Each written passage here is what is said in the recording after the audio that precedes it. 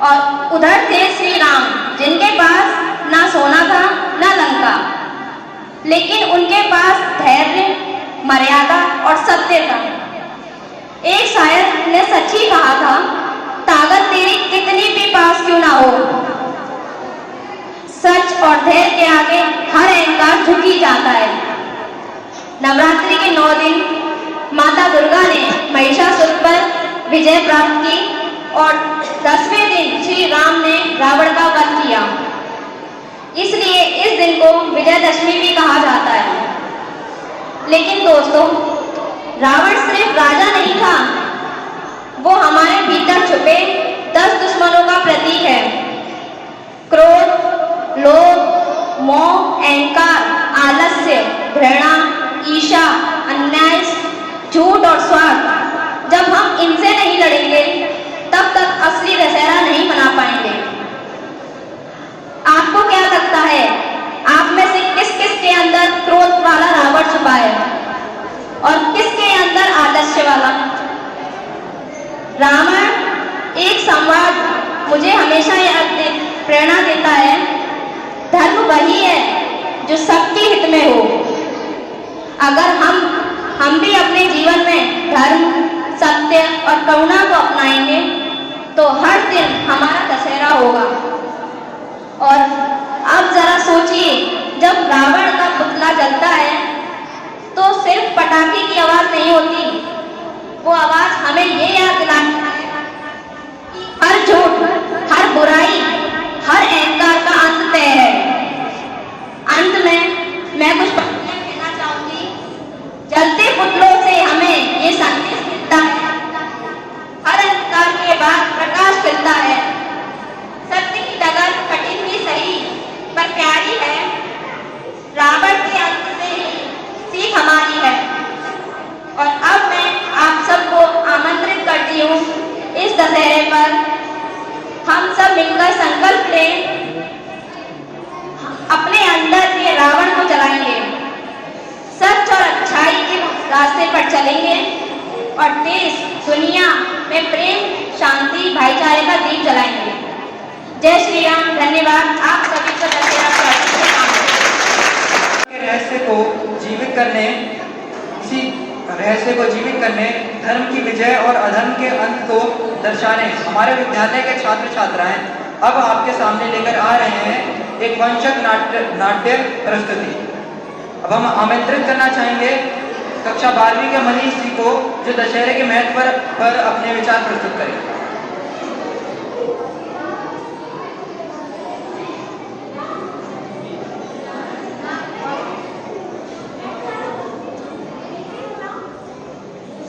श्रीमान प्रधानाचार्य एवं शिक्षकगण और मेरे प्रिय साथियों, आपको मेरी तरफ से सादर नमस्कार। तो दशहरा क्यों मनाया जाता है, इसके ऊपर मैं कुछ अल्प में आपके सामने कुछ बिंदु प्रस्तुत करने जा रहा हूँ। दशहरा, जिसे हम विजयदशमी के नाम से भी जानते हैं, तो जब भगवान राम वनवास में थे तब रावण ने उनकी पत्नी सीता का हरण कर लिया था, जिसके लिए श्री राम जी ने लक्ष्मण, हनुमान जी और संपूर्ण वानर सेना सहित मिलकर रावण से युद्ध करने का विचार किया। तो लेकिन उससे पहले युद्ध की देवी मानी जाने वाली दुर्गा माता की उन्होंने उपासना करने का सोचा। उन्होंने 9 दिन तक उनकी उपासना की और 10वें दिन उन्होंने रावण का वध कर दिया। तो 10वें दिन वध करने के कारण ही इसका नाम विजयदशमी या दशहरा पड़ा। दशहरा से हमारा अर्थ रावण के 10 सिरों से भी माना जाता है। और इसके पीछे एक अन्य कथा भी मानी जाती है कि इसी दिन माँ दुर्गा ने महिषासुर नामक एक राक्षस का वध किया था, जो देवताओं पर अत्याचार करता था। महिषासुर पर इस विजय के वर्ग को ही इस महिषासुर के इस वर्ग को ही माता दुर्गा की विजय का प्रतीक भी माना जाता है। धन्यवाद। अब मैं कक्षा 7वीं की गुंजन को आमंत्रित करना चाहूंगी, जो दशहरे की पौराणिक कथा के बारे में कुछ आपको बताएंगे। एक बार तालियों से इनका स्वागत।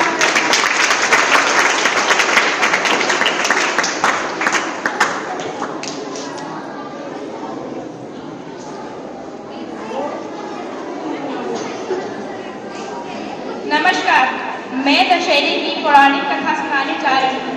एक बार एक दानव राजा था रंभासुर। उसकी एक महिषी यानी भैंस के साथ संयोग हुआ और उनका पुत्र हुआ महिषासुर। महिषासुर अपनी इच्छा के अनुसार भैंस और इंसान का रूप धर सकता था।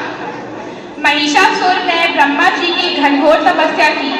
कई साल तपस्या लीन रही। ब्रह्मा जी उसकी अखंड तपस्या से खुश हुए और उनसे वर मांगने को कहा। महिषासुर ने कहा कि मैं अमर हो जाऊं, लेकिन ब्रह्मा जी ने कहा जो इस दुनिया में आया है उसे वापस जाना ही होगा, तो दूसरा वर मांगो। तो महिषासुर ने काफी सोच विचार के बाद कहा कि मुझे ना कोई देवता, ना असुर और ना कोई पुरुष मार पाए। महिलाएं कोमल और नाजुक होती हैं, यह सोचकर उसने कहा कि मेरा अंत सिर्फ महिलाएं कर पाएंगी। ब्रह्मा जी तथास्तु कहकर वर दे दिया और जल्द ही असुरों का राजा बन गया। देखते ही देखते स्वर्गलोक, नर्क और पूरी दुनिया का अधिपति बन गया। जब सभी देव भगवान विष्णु के पास अपनी समस्या लेकर आए तो विष्णु जी ने कहा कि तुम मां शक्ति की आराधना करो। तब जाके मां भगवती का जन्म हुआ। इन देवी की उत्पत्ति महिषासुर के वध के लिए हुई थी, इसलिए इनका नाम महिषासुर मर्दिनी पड़ा।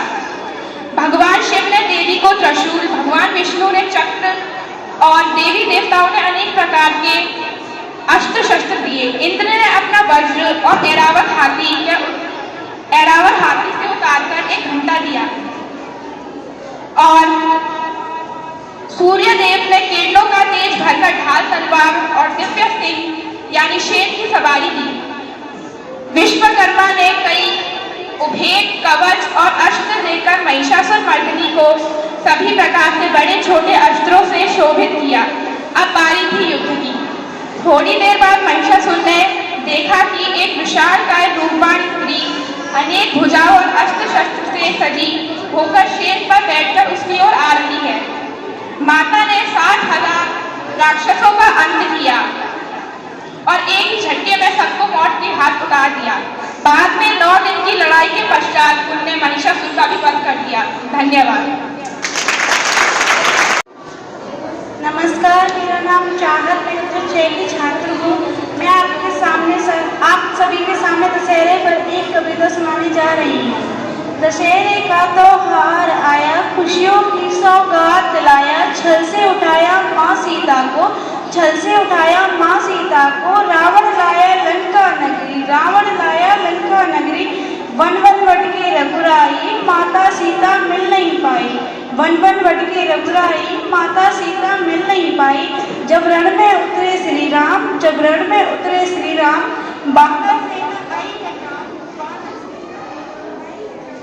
वानर सेना आई है काम। धूल चटाया पापी को, मार दिया लंकेश। धूल चटाया पापी को, मार दिया लंकेश।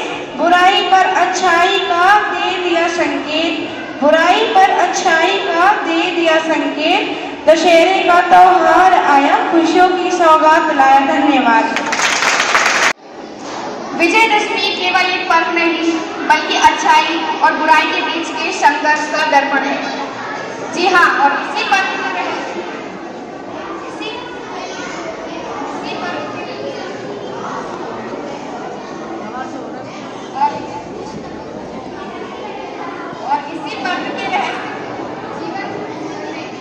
धर्म की विजय और अधर्म के अंत को दर्शाने हमारे विद्यालय के छात्र छात्राएं अब आपके सामने लेकर आ रहे हैं एक विशेष नाट्य प्रस्तुति। तो तालियों के साथ स्वागत कीजिए प्रतिभाशाली छात्र छात्राओं का जो मंच पर प्रस्तुत करेंगे रामायण का नाटक।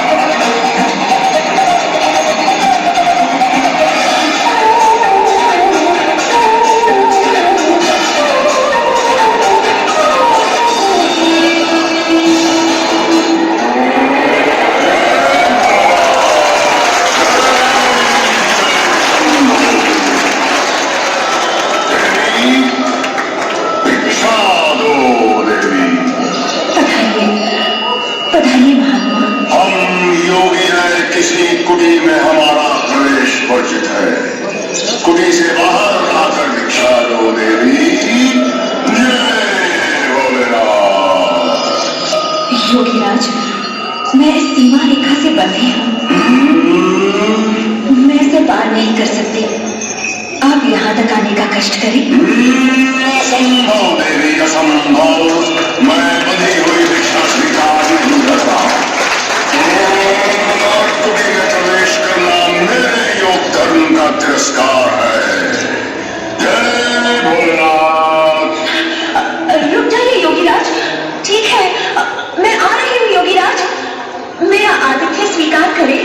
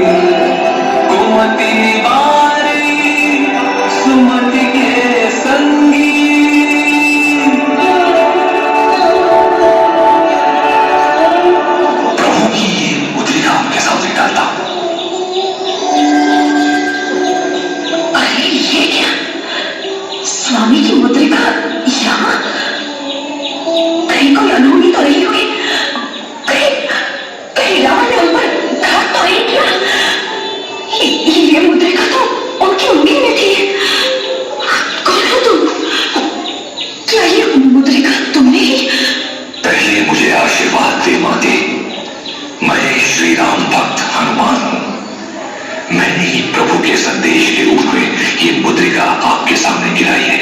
जाकर उनसे कहना कि उनकी सीता उनके बिना जीवित नहीं रह सकती। मैं अब तक इसी आशा में जीवित हूं कि एक न एक दिन मेरे स्वामी मुझे रावण से मुक्त कराने आएंगे। माता सीता की कथा कथा सुनकर महावीर हनुमान जीवित हो उठे। रावण से बदला लेने के लिए उनकी भुजाएं फैल उठी, किंतु वो विवश थे। जब संदेशा दियो हनुमान,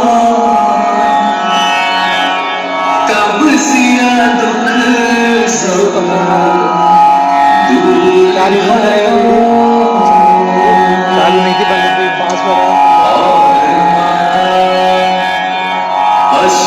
असुवनति जोरी और माता असुवनति जोरी भेंट हर्षि राम कियो। हे श्री राम, प्रभु माते जानकी रावण की अशोक वाटिका में है। आपके बिना वे निश्चित ही कष्ट में है, किंतु उस राक्षस लोक में भी कुछ राक्षसियां उनके साथ हैं जो सदैव उनकी सुरक्षा करती हैं। परंतु हनुमान, तुम्हें कैसे पता चला कि तुम जिनसे मिलकर आए हो वो हमारी पूज्य भाभी ही थी? इसका प्रमाण मेरे पास है भैया लक्ष्मण।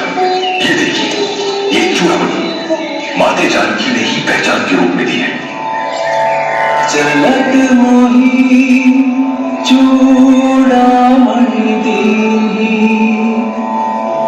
रघुपति हृदय लाई सोलेनी। नाथ युगल लोचन भरि बारी, बचन कहे कछु जनक कुमारी।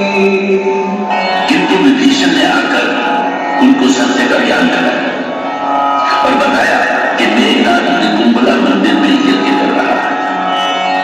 उसने सचेत किया कि यदि मेघनाथ ने यज्ञ पूरा कर दिया तो उसे मारना असंभव होगा। अंततः श्री राम ने जामवंत, विभीषण और हनुमान के साथ लक्ष्मण को मेघनाथ का अंत करने के लिए भेजा। लक्ष्मण और मेघनाथ के बीच घमासान युद्ध होने लगा।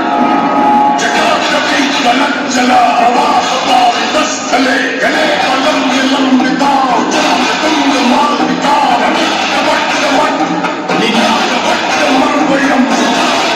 मंगलम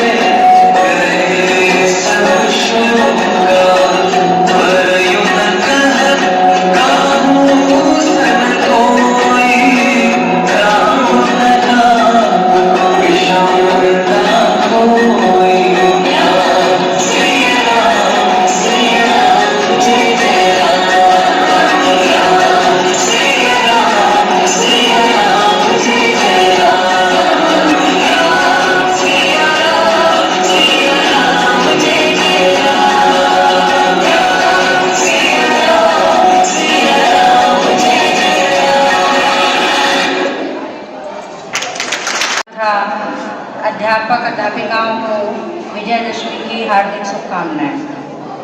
अब आज का प्रोग्राम जो आपने देखा और जो आपके साथियों ने आपको इसके बारे में बताया, वही सब चीज़ें हैं।